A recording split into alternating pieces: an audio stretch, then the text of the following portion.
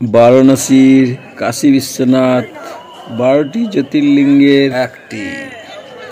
অতীতে বহুবার এই মন্দিরটি ধ্বংসপ্রাপ্ত ও পুনর্নির্মিত হয়েছে। মন্দিরের পাশে জ্ঞানব্যাপী মসজিদ নামে একটি মসজিদ রয়েছে। আদি মন্দিরটি এই মসজিদের জায়গাটিতেই অবস্থিত ছিল। আপনারা দেখছেন এস সাহু নিউজ অফিসিয়াল, এখন, আগে এবং পরেও। নমস্কার, এস সাহু নিউজ অফিসিয়ালে স্বাগত। আজকের বেশ উল্লেখযোগ্য খবরটি আপনারা দেখুন, অবশ্যই আপনাদের ভালো লাগবে। আর ভালো লাগলে আপনাদের আত্মীয় পরিজনদের বেশি করে শেয়ার করুন, বেশি করে লাইক করুন এবং কেমন লাগলো তা আমাদের কমেন্ট করে জানান। আর আমাদের নোটিফিকেশন প্রথম পেতে পাশে থাকা লাল বেল আইকনে প্রেস করে বেশি বেশি করে আমাদের চ্যানেলকে সাবস্ক্রাইব করুন। আর আগে থেকে যারা আমাদের চ্যানেলকে সাবস্ক্রাইব করেছেন তাদের অসংখ্য অসংখ্য ধন্যবাদ। আজকের বেশ উল্লেখযোগ্য খবর,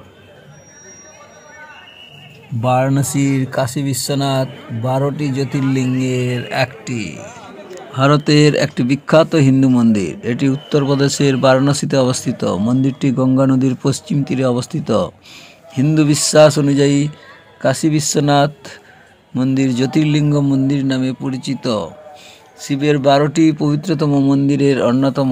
মন্দিরের প্রধান দেবতা শিব বিশ্বনাথ বা বিশ্বেশ্বর নামে পূজিত হন। বারাণসী শহরের অপর নাম কাশী, এই কারণে মন্দিরটি কাশী বিশ্বনাথ মন্দির নামে পরিচিত। মন্দিরের 15.5 মিটার উঁচু চূড়াটি সোনায় মোড়া, তাই মন্দিরটিকে স্বর্ণ মন্দিরও বলা হয়ে থাকে।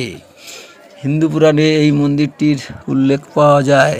মন্দিরটি শৈব ধর্মের প্রধান কেন্দ্রগুলির অন্যতম। অতীতে বহুবার এই মন্দিরটি ধ্বংসপ্রাপ্ত ও পুনর্নির্মিত হয়েছে। মন্দিরের পাশে জ্ঞানব্যাপী মসজিদ নামে একটি মসজিদ রয়েছে। আদি মন্দিরটি এই মসজিদের জায়গাটিতেই অবস্থিত ছিল।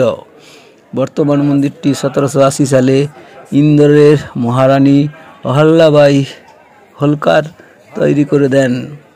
1983 সাল থেকে উত্তরপ্রদেশ সরকার এই মন্দিরটি পরিচালনা করে আসছে।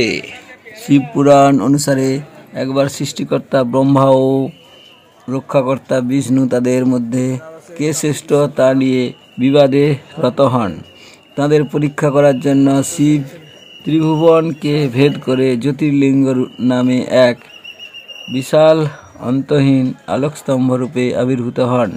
বিষ্ণু ব্রহ্মা এই লিঙ্গের উৎস অনুসন্ধানে বাহির হন। ব্রহ্মা যান উপর দিকে এবং বিষ্ণু নামেন নিচের দিকে, কিন্তু তারা কেহই এই লিঙ্গের উৎস খুঁজে পান না। ব্রহ্মা মিথ্যা বলেন যে তিনি উৎসটি খুঁজে পেয়েছেন, কিন্তু বিষ্ণু তার পরাজয় স্বীকার করে নেন। শিব তখন একটি দ্বিতীয় জ্যোতির্লিঙ্গের রূপে আবির্ভূত হয়ে মিথ্যা বলার জন্য ব্রহ্মাকে শাপ দেন যে অনুষ্ঠানে তার কোনো স্থান হবে না।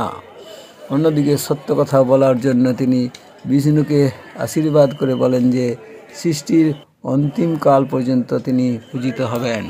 জ্যোতির্লিঙ্গ হল সেই অখণ্ড সর্বোচ্চ সত্যের প্রতীক, যার অংশ শিব নিজে। হিন্দু বিশ্বাস অনুসারে জ্যোতির্লিঙ্গ মন্দিরগুলিতে শিব স্বয়ং অগ্নিময় আলোকস্তম্ভ রূপে আবির্ভূত হয়েছিলেন। প্রত্যেক জ্যোতির্লিঙ্গের নির্দিষ্ট নাম আছে। এগুলি শিবের এক রূপ। প্রতিটি মন্দিরেই শিবলিঙ্গ শিবের অনন্ত প্রকৃতির প্রতীক, এক আদি ও অন্তহীন স্তম্ভের প্রতিনিধিত্ব করে।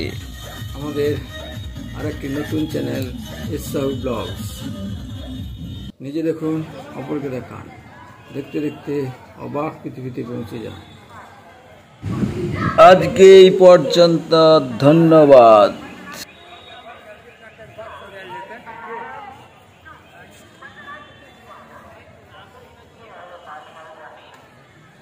Question